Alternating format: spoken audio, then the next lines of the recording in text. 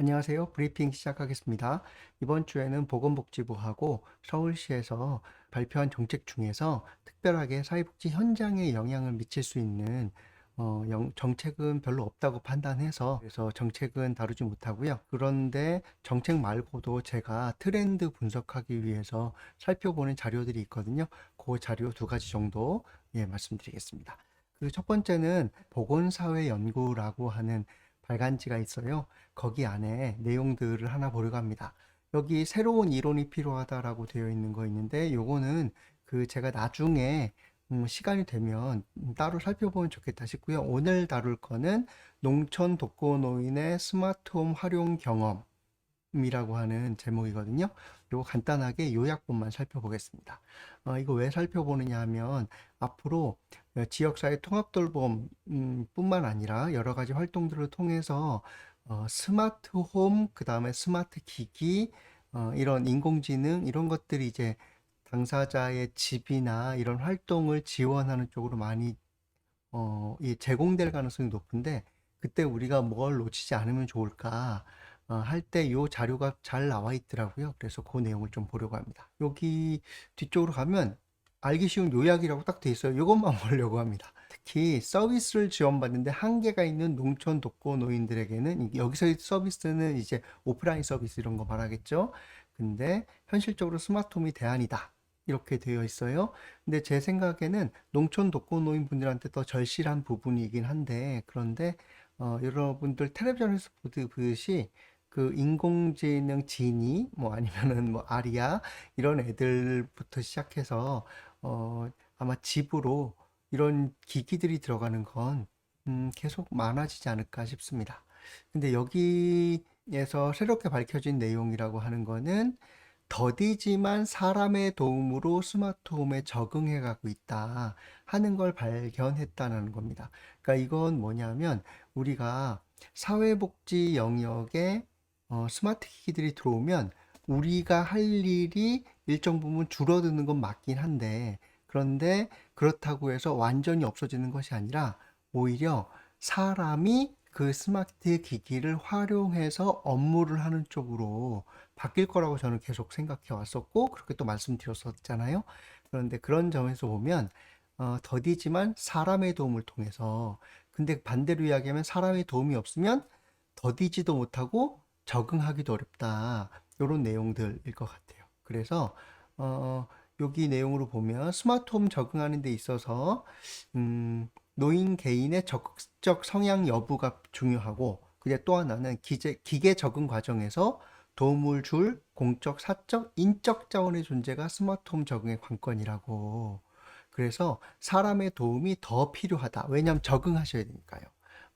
그런 점에서는 그 스마트홈 보급과 함께 지역사회 도움망의 체계화가 필요하다. 특히 뭔가 어려움이 있다고 할 때, 기계에 대해서 모른다고 할 때 그걸 알려줄 사람이 필요한 거잖아요. 그러니까 오히려 노하우가 중요한 게 아니라 그 노하우를 알고 있는 노후가 더 중요하게 계속해서 필요성이 높아질 거다. 이런 내용일 것 같아요.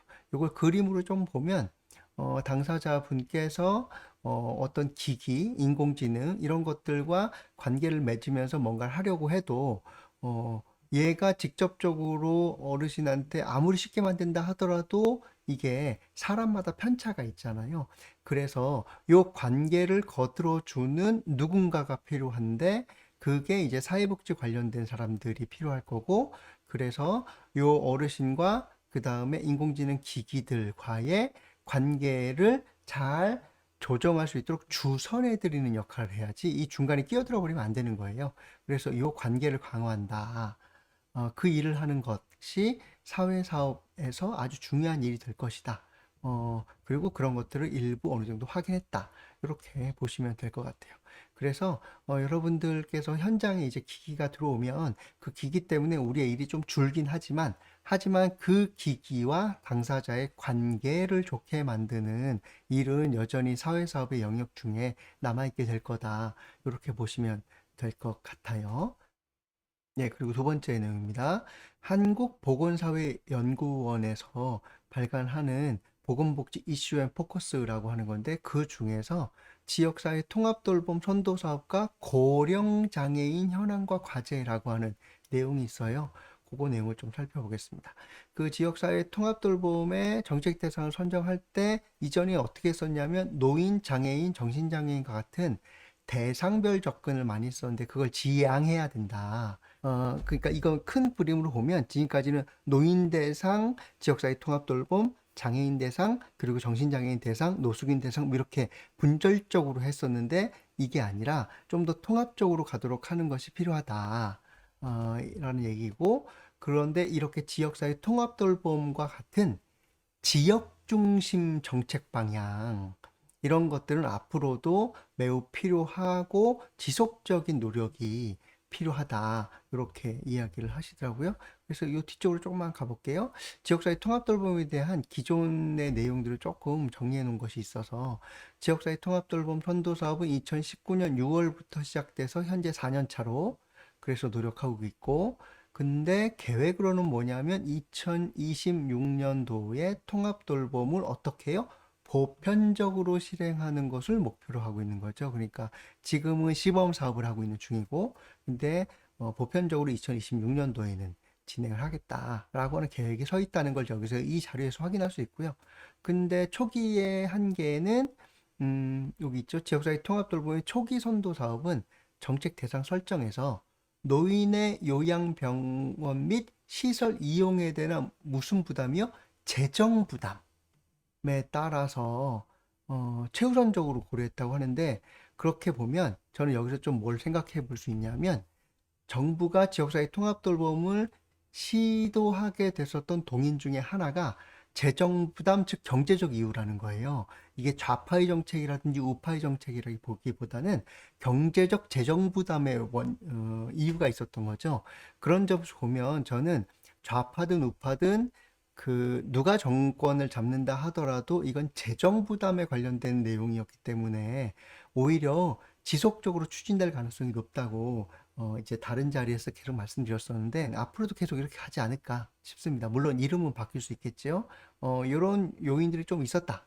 근데 지역사회 통합돌봄이 지금까지는 거주시설에서 거주하는 장애인 중에서 지역사회로의 전환을 희망하는 쪽에만 초점을 맞췄었는데 그러면 안 된다. 지역사회에서 생활하고 있는 재가장애인 분 등이 대안이 없어서 시설에 입소하는 것을 예방하는 그런 측면으로서도 앞으로는 지역사회 통합돌봄을 운영해야 된다.